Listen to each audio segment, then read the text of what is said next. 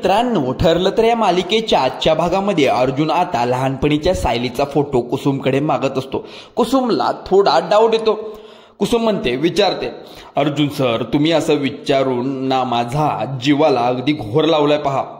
आपल्यावर संकट ऑलरेडी खूप आहेत आणि आता इथून पुढे असं वाटतं की कोणीतरी संकट यायला नको, कारण की इतके संकट आपल्यावर येऊन गेले आहेत.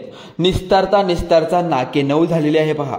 त्यावेळी कुसुम अगदी उदास असते. हे पाहून अर्जुन वाटतं की आता कुसुम ताईला सगळं सांगायला हवं. तिला समजलं पाहिजे सायलीचे आई बाबा हे जिवंत आहेत. असं म्हटल्याबरोबर कुसुमच्या पायाखालच्या जमीन सरकते. तेव्हा ते अर्जुनकडे पाहते आणि धक्क्यानेच काय असं विचारते, आणि तुम्हाला कोणी सांगितलं असं म्हणते. आणि म्हणतात, कसं कळलं, हे कशावरून कळलं आणि कशावरून बोलताय तुम्ही? अर्जुन सर, तुम्ही भेटलात का सायलीच्या आई बाबांना? त्यावेळी अर्जुन म्हणतो, मला हे सगळं मधुभाऊंनीच सांगितलं. त्यांनी अगोदर अद्वैतला सांगितलं आणि मग नंतर मला सांगितलं.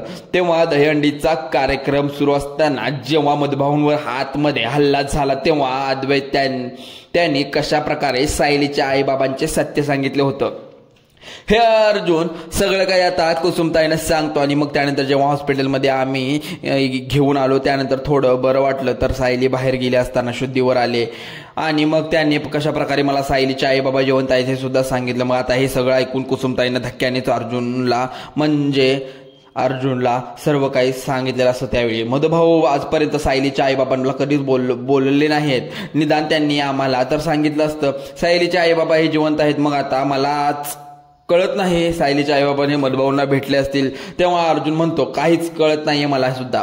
मग हे ज्याच्याबद्दल माहिती सुद्धा नाही. अर्जुन आता कुसुमताईवर विचार करतो, मला वाटलं आपल्या सायलीबद्दल याबद्दल सांगू का. मग आता विचारतो, काय सांगणार आहे आपण तिच्याबद्दल? हे आईबाबा जिवंत आहेत बरं, एवढंच. कारण कुसुम जेव्हा ते विचारते माझे आईबाबा नक्की आहेत कोण, मग तेव्हा आपण काय सांगायचं? अहो नाही कुसुमताई, अहो सायलीला जरी सांगितलं तर तिचे आईबाबा कोण आहेत हे शोधण्यासाठी अक्षरशः तडफडत राहील. अहो आपल्याकडे अर्धीच इन्फॉर्मेशन आहे तरी आपल्याला एक बडा त्रास होतोय. मग आता सांगा सायलीला एवढी गोष्ट ऐकून किती त्रास होईल. मग कुसुमताई, जोपर्यंत मला म्हणजे कन्फर्म माहीत होत नाही, त्याचं उत्तर मिळत नाही, त्याशिवाय आपण तिला काही सांगणार नाही. मग ते निघतात तिथून. मग पुढे आश्रमामध्ये लवकर आला असाल तर सायली जाण्याच्या अगोदर म्हणून तुम्हाला काहीतरी तिच्याबद्दल माहीत असेल म्हणून मी तुम्हाला विचारलं, माहिती हवी होती थोडीफार. मग उशीर झाला, सॉरी. सायलीचे आई बाबा कोण आहेत ना फक्त मधुभाऊंना माहीत आहे असं अर्जुन सांगतो. पण आता मधुभाऊ हे शुद्धीवर येतील हे सुद्धा मला सांगता येत नाही. पण आता प्रश्नांचे उत्तर फक्त आणि फक्त मला शोधावे लागेल अर्जुन म्हणतो. दुसरीकडे महिपत आता चिडून विचारतो, नागराज शेठ, कशाला काही उद्योग करताय तुम्ही? अहो जर पकडला गेला असाल तर केवढ्यात पडला असतं आपल्याला. त्यावेळी नागराज म्हणतो, नाही पकडलं गेलो असतो तर महिपत अरे एकदम सुरक्षित आहे आपल्याकडे ना, हा एकदम गोल्डन चान्स आहे मधुभाऊंना गेम करण्यासाठी. मला आता या क्षणी समजतंय की मधुभाऊंच्या तिथे ना जवळ कोणी नाही आहे. तिकडे हॉस्पिटलमध्ये सध्या एकटेच आहे तिथे सायली, अर्जुन कोणीच नाही. आता आपण एक काम करू, हॉस्पिटलमध्ये जाऊन तू काय करतो, तुझ्या माणसात चला आतमध्ये पाठवतो आणि दोघेही बाहेरून थांबून आपण महिपत नागराज अगदी मधुभाऊंना मारण्यासाठी एक एक्सक्लुझिव्ह प्लॅन करत असतात. पण त्यावेळी आता हो नागराज शेठ जरा बसा शांत, मी असं झोपलेला आहे. त्याने झोपलेलाच असतो. मग त्यानंतर एकट्याला माहीत आहे की प्रिया ही खरी तन्वी नाही आहे. हीच तलवार कायम त्या प्रियाच्या डोक्यावर अशी टांगती राहिलेली पाहिजे, नाहीतर ती पोरगी किती पोचलेली आहेत तुम्हाला माहीतच आहे ना. तुम्हाला वेगळी सांगण्याची तर गरज नाही. तेव्हा नागराज घाबरून म्हणतो, हो मला तर चांगलंच माहीत आहे. त्यानंतर महिपत म्हणतो की कसं आहे ना, उद्या जरा आपल्याला समजलं की ते म्हातारं उठण्याच्या प्रयत्नात करत आहे, तिथल्या नर्सला पैसे देऊन आपण लगेच त्याला गळा आवळायला सांगूया आणि सांगायला तुम्हाला बोलवलं. त्यामुळे अर्ध्या मेंदूची असलेली ती प्रतिमा आणि हे अर्धमंद असलेला म्हातारा तो डोक्याने पूर्णपणे बाजूला काढला. अर्जुन सायली हे डोक्यात ठेवा, कारण आता पिंजरा तर लावलाय तर फक्त दोघांसाठी. महिपत आता नागराज सांगतो. दुसरीकडे आता सायलीसाठी देवी आई समोर बसलेली असते, मनातले विचार करत असते. देवी आई, मी आजपर्यंत खूप संकट सोसलीत आणि संकट मला आजकाल सोसवत नाहीत. मधुभाऊच नसता म्हणजे त्या मधुभाऊंना असं काय होईल हे वाटलं सुद्धा नव्हतं. मधुभाऊ परत मिळू देवी आई, अशी अगदी हसत खेळत उत्साहाने भरलेली असे दीर्घायुष्य लाभू दे असं म्हणत ती मधुभाऊंच्या तब्येती लवकर काळजी करून बरे व्हावं यासाठी ती प्रार्थना करत असते. देवी इकडे सायली डोळे बंद करते. तेवढ्यात मधुभाऊ तिच्या समोर येऊ लागतात, उभे राहतात आणि म्हणतात, साऊ बाळा, बघ मला मिळवण्यासाठी मुळात मी गेलोच आहे. कुठे अगं बाळा, तुझ्या समोर मी आहे ना, अगदी तसाच आहे, अगदी आनंदाने उत्साहाने भरलेला, अगदी तुझ्या मनासारखा. असं म्हणत शेवट सांगतो, सावा ग, तुझं बाप आहे लेका, असं तू काळजी करू नकोस. खूप म्हणजे खूप जगणार आहे. तुझा जावई बापू मला संसार बघायचा आहे. अजून माझी नातवंड सुद्धा बघायची आहेत. जेव्हा शक्य होईल तेवढा देव तुझ्या डोळ्यात पाणी पोचेल. त्यामुळे बाळा तू ना फक्त माझी वाट बघ. मी तुझ्याकडे येणार आहे म्हणजे येणार आहे. रडायचं नाही बाळा तर लढायचं. सायलीला धीर देताच मग आता मधुभाऊ असं सायलीला सांगतात. त्यानंतर खुश होते आणि डोळे उघडून समोर देवी आईकडे पाहते आणि म्हणते, मधुभाऊ हे पहा, तुम्ही मला आता सांगितलं तर मी आता इथून पुढे अशीच खुश राहणार आहे. रडणार नाही तर लढणार आहे. मधुभाऊंनी हे सगळे जे काही सांगितलं असं. त्यामुळे सायली खुश होते आणि देवी आईकडे पुन्हा एकदा आशीर्वाद दुसरीकडे देते. प्रिया त्याच्याबरोबर साक्षी दोघेही जेलमध्ये असतात. तेवढ्यात महिपत येतो आणि प्रतिमा लगेच माहिती महिपत पासून दूर होते आणि म्हणते आपली दुसरीकडे पाहू लागते. तेव्हा महिपत साक्षीला विचारतो, सांग ना बाळा कशी आहेस तू. तेव्हा रागात म्हणते, अहो भेटायला येता मला का भेटायला येता का तुम्ही माहिती काढायला येता ना. हो 14 वर्ष जेलमध्ये राहणार आहे. मग मला सांगा दररोज तुम्ही मला भेटायला येणार आहात का. येते आणि रोज माझी कशी थोडी थोडी झीज होते हे पाहायला येणार आहे. त्यावरती अण्णा विचारतो, 14 वर्ष इथून राहणार. अगं तुझा बाप ना एक दिवस तुला आपल्या महालामध्ये घेऊन जाणार. ती सोय सुद्धा केली आहे. मी महिपत बोलतोय. एकूण साक्षी त्याच्याकडे पाहत राहते. त्यानंतर महिपत आता लगेच वकील साहेब इकडे असं म्हणतो. तेव्हा वकिलांनी आता महिपतकडून चांगली पेटी पैसे घेतलेले असतात. वकील आता साक्षी समोर येऊन उभे राहतात. तेव्हा महिपत त्याबद्दल सगळं साहित्य अर्जुनला मात देण्यासाठी वकील आता तुझ्या समोर घेऊन आलेला आहे पाहायचं. त्यावेळी वकील म्हणतात, साक्षी मॅडम मी तुमच्या केसचा पूर्णपणे स्टडी केला. आता या केसमध्ये मी काही ना काही लुपर्स शोधून काढे. त्यामुळे तुम्ही तुमच्या घरी असाल. इकडे अस्मिताला कॉफी पिण्याची जो इच्छा झालेली असते. तेव्हा आता प्रताप कल्पना दोघेही बाहेर तिथे बसलेले असतात. विमल आता कुठे गेलेले असते काय माहीत असते. पण झाले काय, कॉफी प्यायची असते स्मिता म्हणते. त्याच वेळी आता सायली येते. तिथे अगदी सगळ्यांसाठी कॉफी बनवली असते. मग आता मग ते आता सर्वांना कॉफी देत असताना आता प्रताप विचारतो, सायली अगं तू का कॉफी घेऊन आलीस. विमलला सांगायचं ना, अगं तिकडे रात्रभर तू जागे असतेस आणि आराम करायचं जरा. त्यावेळी सायली विचारते, बाबा हो मी काय आजारी आहे का आराम करायला. हो मी तर एकदम बरी आहे. घरातील काम करण्यास लागलेले आहे तर एकदम मला अजून छान वाटलेलं आहे. तेवढ्यात अर्जुन आता तिथे येतो आणि म्हणतो, बायको माझी कॉफी. तेव्हा सायली म्हणते, हो देते. हा तुमची कॉफी ही रेडी आहे बरं का. तुम्ही हॉस्पिटलमध्ये जाऊन आलात. मधुभाऊंना काय झाले, तुम्ही डॉक्टरना भेटला का. कुसुमताई तिथेच, तिला डब्बा वगैरे दिला का. असे अनेक प्रश्न ती एकाच वेळी विचारते. अर्जुन म्हणतो, कुसुमताई तिथेच आहेत. मी तिला डब्बा सुद्धा दिला आणि डॉक्टरांना सुद्धा भेटलो.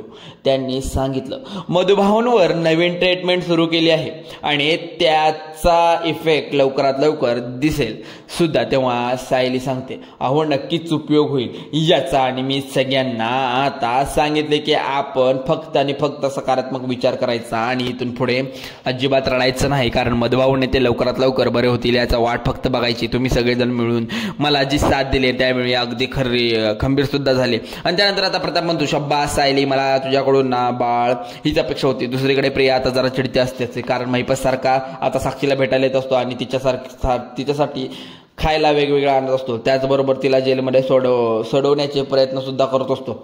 आज वकिलाला घेऊन आलेला असतो म्हणून प्रियाला चळफळाट होत असतो. कारण तिला जळत असते तिच्यावर. एकाच वेळी ती आता अश्विन पण येत असतो ना सारखा भेटायला. पण त्यावेळी महिपत हा रागाने तिच्याकडे पाहत असतो. तिच्या जवळ जातो तिला विचारतो, काय ग चिचुंदरे, अगं तुझ्या तर अगदी पोटात दुखत असेल ना. कारण माझे लेक आता जेलातून सुटणार आहे, तरी घरी जाणार आहे, तू मात्र इथेच मरणार. महिपत तिला टिवसतो. तेव्हा प्रिया अजूनच गालनाक फुगवते आणि रागात त्याच्याकडे बघतानी रागात म्हणते, तुम्ही ना फक्त आणि फक्त साक्षीचं बघा. माझं काय होईल ना ते तुम्ही ठरवू नका. तेव्हा आता प्रियाचा हा माज मला उतरवायचा हवा. कारण आता महिपत म्हणतो, तिला तशी धमकी सुद्धा देतो, तुझा माज ना मी हा उतरवणार म्हणजे उतरवणार. तेव्हा प्रियाचं हे वागणं पाहून आता लगेच साक्षी सुद्धा रागात तिच्याकडे बघते. मग त्यानंतर महिपत तिला धमकी देतो की अगोदर मी काय करणार, माझ्या लेकीला घरी घेऊन जाणार आहे, मग माझा जो सुरा आहे ना त्या सुरेने तुला पोटातून आतडी बाहेर काढणार. तेव्हा प्रिया अजूनच रागात विचारते, काय तुम्ही मला धमकी देताय, अजिबात द्यायची नाही. त्यावरती महिपत शिर्के कधी धमक्या वगैरे देत नाही, फक्त आणि फक्त करून दाखवतो डायरेक्ट, असं महिपत म्हणतो. 113% असं म्हणल्यानंतर तिला लिस्ट दाखवतो. त्यावरती पहिलं नाव असतं सरंजामे, दुसरं नाव असतं राजेंद्र, तिसरं नाव असतं मधुकर पाटील. तन्वीचाही नावावर फुल्या मारलेल्या असतात. साक्षी जेलमध्ये गेल्यापासून या तिघांची त्याने गेम केलेला असतो. चौथं नाव आहे प्रिया, कारण तिच्या नावावर अजून त्याने फुली मारलेली नसते. पुढच्या नंबर तुझाच आहे. हे सगळं पाहून प्रिया घाबरते. मग आता कशा प्रकारे सरंजामी मेला, आम्ही मारलं, विषाची बाटली कशा प्रकारे स्वतः पेला घालून त्याने पिला. त्याने कल्पना म्हणते, आई तुम्ही ना बोलून जी माझी काळजी करताना खरंच मी खूप आवडते मला ते. उगीच नाही, मग हॉस्पिटलमधून आल्या तुमच्या हातचा चहा मला प्यायला मिळाला. तेव्हा कल्पना आता उदास होते आणि तिला सांगते, बघ हे नाम मी फक्त माणुसकीच्या नात्याने केले. आता इथून पुढे ठरलं कोणाला जीव सुद्धा लावत नाही, कोणावर विश्वास सुद्धा ठेवत नाही, कारण जेव्हा मी सगळं केलं तेव्हा अगदी फसले गेले. पण तरीही मला माझ्यातली माणुसकीनं अशी जिवंत ठेवली आहे. पण माझ्याशी कोणी कितीही वाईट वागलं तरी मी माझ्यातली माणुसकी अजिबात विसरणार नाही. पण आता इथून पुढे फक्त आता ठेवून कल्पनाने असं म्हटल्याबरोबर सायलीला थेट वाईट वाटतं आणि अर्जुनकडे पाहते. तेव्हा अर्जुन सुद्धा वाईट वाटलेलं असतं. त्यावरती डोक्यात ना आता वेगवेगळी काहीतरी आयडिया ते येत असते. दुसरीकडे महिपत विचारतो, दुसरं नाव काय आहे? राजेंद्र. या डायरेक्ट मी केला, अगदी माझ्या जवळच्या माणसाला होता तो, कारण की ज्यावर फुल्ली मारली होती. त्यानं तिसरं नाव ते तुझा बाप मधुकर पाटील, याच्यावर अर्धी फुली मारली, तो पण आता हॉस्पिटलमध्ये हाफ मर्डर झाला आहे. चौथं नाव आहे प्रिया. म्हणते प्रिया आता वाचत नाही. तेव्हा मोठ्याने ओरडते. तेव्हा प्रिया तिचंच नाव सांगते. त्याच वेळा महिपत असतो आणि म्हणतो, आता तुझ्यावर मारणार, आता तुझ्यावर वेळ आली, तुलाच मारणार आहे. पूर्णपणे फुली मारलेली असते. घाबरते. त्यावेळी पूर्ण महिपत सांगतो, साक्षी हे बघा, अर्जुन आणि सायलीपर्यंत पोहोचायचं असेल तर अगोदर मला या प्यायद्याला ओलांडून पुढे जावं लागणार, नंतर हिला मारणार, मग फुलती तेव्हा नंतर त्याच्यावर फुली मारणार. मग घाबरतेस काय? महिपत प्रत्यक्षात तशी धमकी मारण्याची तिला दिलेली असते. काही वेळानंतर प्रिया घाबरून असते, ते बसलेले असते. तेव्हा अश्विन तिला भेटण्यासाठी तिथे तेव्हा येतो. प्रिया अश्विनला म्हणते. अश्विन मग आता त्याच्याजवळ जातो आणि म्हणतो, त्यावर अश्विन अरे भेटायला का नाही अरे, कोणी वकील? अश्विन आता काही बोलत नसतो, अगदी उदास असतो. साक्षी आणि प्रिया दोघीही त्याच्याकडे पाहत राहतात. त्यानंतर प्रिया आता म्हणते, हे बघ तुझ्या चेहऱ्यावर मला तर असं कळते की अश्विन की पुढे काही घडलं नाही, कारण साक्षीला काही तिचा बाप येऊन इथून सांगून जातो की मी तुला बाहेर काढणार आहे म्हणून. आता प्रिया रडत बसली असते. अश्विन तिला धीर देत असतो. म्हणतो, बघ तर मी एवढा निगेटिव्ह विचार करू नकोस. अगोदर किती वीक दिसतेस आणि जर तू स्वतःला इतका त्रास घेऊन घेतेस तर तुझी तब्येत आणखी खराब होऊन जाईल. त्यावेळी प्रिया पूर्णपणे आपली हिंमत हरलेली असते आणि ती विचारते, अश्विन आता इथून पुढे जगून तरी काय करायचं सांग? आता जेलमध्ये असं म्हणून चक्कर येण्याचं नाटक करते आणि खाली जमिनीवर कोसळते. तेव्हा साक्षी सुद्धा हा सगळा प्रकार पाहते आणि ती तिच्या मदतीसाठी अजिबात पुढे जात नाही, धावत येत नाही, कारण तिला माहीत असतं ही नाटक करत आहे. कॉन्फिडंट असतो की पोलिसांना बोलून घेते आणि त्यांनी अगं काय होतंय तुला, काय होतंय असं सतत विचारू लागतो. आणि आता सगळेजण आतमध्ये जातात. खरं तर आता अश्विन सारखा तन्वीला उठवण्याचा प्रयत्न करतो, परंतु ती प्रिया काही उठत नसते. याच वेळी आता पोलिसांना विचार, काय झालं यांना नक्की तरी जरा थांबताय का? आमच्या डॉक्टरांना अगोदर बोलावं लागेल इतकं. त्यानंतर साक्षी आता हसते आणि विचारते, खरंच चक्कर आली की? चक्कर येण्याचं फक्त नाटक सुरू आहे, हे जरा चेक करा असं म्हणून आता लगेच साक्षी अश्विनवर हसते. तेव्हा अश्विन रागाच्या भरात तिला म्हणतो, जस्ट शटअप असतो, तू अजिबात बोलू नकोस. काय मी फक्त तिचा नवरा नाही आहे, डॉक्टर सुद्धा आहे, समजलं असं म्हणून ते साक्षीला आता गप्प करतो. मग त्यानंतर तो म्हणतो, हिच बॉडी टेम्परेचर खूप जास्त आहे, थंड पडले बघा. मग त्यानंतर आता प्रियाला पुन्हा एकदा उठवण्याचा प्रयत्न करतो. साक्षी मात्र असते, त्याच्याकडे बघत असते आणि तेव्हा अश्विन रागात विचारतो, अहो तुम्ही डॉक्टर कुठे आहात? अहो बीपीचं मशीन तरी द्या, निदान बीपी तरी चेक करायला येईल, अगोदर पाणी द्या. मग म्हणून तो तन्वीच्या तोंडावर आता पाणी शिंपडतो. तेव्हा प्रियाच्या तोंडावर पाणी मारल्यानंतर आता थोडी शुद्धीवर येते. यावेळी अश्विन असं म्हणतो, तो घाबरूनच म्हणतो, असं मी आहे ना कशाला इथं एवढी घाबरतेस? तेव्हा डॉक्टर सुद्धा आता तिथे येतात. प्रियाच्या ते कॉटवर आता झोपवण्यात येतं. त्यानंतर डॉक्टर आता प्रियाचा बीपी वगैरे सगळं काही चेक करू लागतात. अश्विन मनात प्रियाबद्दल धाकधूक मात्र चालू असते. त्याची काळजी सुद्धा त्याला खूप वाटत असते. इकडे अर्जुन आपल्या रूममध्ये असतो आणि म्हणतो, सायली अरे आई वडील कोण आहेत शोधण्याचा मी प्रयत्न करतोय, परंतु आपल्या घरात जे आई आहे म्हणजेच तिची सासू, तिची आई, ती कसं वागते तिच्याबरोबर याकडे दुर्लक्ष करून नाही चालणार. मम्मा सायलीची नीट विचारपूस सुद्धा करत नाही, सायलीशी थोडं बोलत सुद्धा नाही. कशा प्रकारे दोघीही एकमेकांबरोबर बॉन्डिंग होतं हे माझी यशोदा म्हणजे माझी कल्पना आई असं सायलीने म्हणायची. कल्पनाने सुद्धा आईची उणीव कधीच भासू दिली नाही आणि दोघांच्या बॉन्डिंगबद्दल आठवतं की अर्जुन अगदी इमोशनल होतो आणि म्हणतो काहीतरी मम्माच्या सायलीवर असणारा राग जात नाही, कारण काय करावं समजत असं. मम्मा कोणावर कधी ऐकूनच घेत नाही. आता मलाच वेगळी काहीतरी आयडिया करावी लागेल तरच मम्मा ऐकून गेला, तर काय करायचं बघूया आपण, मला अर्जुन विचार करत असतो. त्यानंतर त्याच्या मनात एक कल्पना येते की लगेचच आता प्रतापला कॉल करतो आणि तेव्हा प्रताप बाहेर काम करत असतो. लगेच तो म्हणतो अर्जुन कॉल आहे. अर्जुन असं घरातल्या घरात कॉल करतो असेल, रिसिव्ह करतो. तेव्हा विचारतो काय रे अर्जुन, बाबा बरोबर बोलायचं आहे, 10 पायऱ्या उतरून खाली येता येत नाही तुला. अरे घरातल्या घरात फोन करतोयस, इतका कधीपासून आळशी झालास. अर्जुन म्हणतो बाबा ऐकून तरी घ्या, खूप महत्त्वाचं काम आहे म्हणून मी कॉल केलाय. एक काम करा, तुम्ही जरा माझ्या रूममध्ये याल का, बोलायचं आहे तुमच्या बरोबर. तेव्हा प्रताप आता विचारतो अरे पण काय काम आहे अर्जुन, आता सांगत असतो तो फोनवर. तेव्हा अर्जुनकडे म्हणतो तुम्ही बोलू नका ना, मी सांगतो, तुम्ही शांतपणे या इकडे रूममध्ये आता सगळं म्हणून लगेच फोन ठेवतो. त्यानंतर अर्जुन आता एक गंमत करतो, अस्मिता कॉल करतो आणि अस्मिता आता सेल्फी काढत असते. अर्जुनला आलेला कॉल पाहून रिसिव्ह करत अर्जुन काय झालं असं विचारते. तेव्हा तो हसतो आणि म्हणतो अस्मिता जिथे कुठे असेल ते हातात काम सोडा नाही येते मग रूममध्ये. तेव्हा विचारतो काय तुझं रूममध्ये पण कशाला हो. अरे मला वाटलं तू तर निघालास. तेव्हा तो म्हणतो रूममध्ये ये, मला बोलायचं तुझ्याशी पटकन. तेव्हा अरे मी हॉलमधून आत्ताच इथे रूममध्ये आले, आता वर कशी येऊ. तेव्हा अर्जुन म्हणतो अरे पायऱ्या चढून एक की सिंपल आहे, तसंही डॉक्टरांनी सांगितलंय एक्सरसाइज करायची आहे, नेहमी पायऱ्या चढायच्या आहेत. माझ्या रूममध्ये ये लवकर चटकन, माझ्याकडे इथं टाईम नाही, टॉप सिक्रेट आहे म्हणून तुझ्या सांगायचं आणि तुझ्यासोबतच डिस्कस करायचं. तेव्हा ती आता हसते आणि विचारते काय टॉप सिक्रेट. मग अर्जुन म्हणतो टॉप सिक्रेट आहे. तेव्हा अस्मिता खूप एक्साइटेड होते आणि म्हणते आले आता लगेच थांब.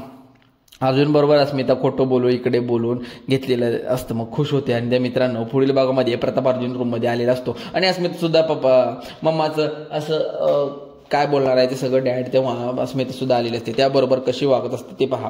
तरी आता पण दुसरं कोणी सायलीला त्रास देत असेल तर मम्माला अजिबात नाही सहन होणार. तुम्ही दोघांनी मिळून सायलीला सारखं टॉर्चर करायचं आता ठरलं तर मग मिशन मम्मा असं म्हणून ते तिघेही आता प्लॅन करतात. सगळेजण जेवायला बसलेले असतात. तेव्हा आता सगळ्या अस्मिता मिशन सुरू होतं. मग आता रागात म्हणते सायली तुझं तोंड बघून जेवण ना मला खरंच खूप कठीण जाणार आहे. मग अस्मिता लगेच रूममध्ये ताट घेऊन जेवायला जाते. तेव्हा प्रताप म्हणतो झालं ना सायली तुझं समाधान झालं. अस्मिताला ताटावर उठवलंच ना. तेव्हा अर्जुन म्हणतो मलाही नाही जेवायचं, मी पण चाललो. मग सायली म्हणते थांबा. मग सायली म्हणते की कुणी जर आता ताटावर उठलं ना, फक्त आज रात्री नाही तर पुढचे 3 दिवस मी अन्न पाणी त्याग करेन. हे ऐकल्यानंतर सर्वांना धक्का बसतो. अशा प्रकारे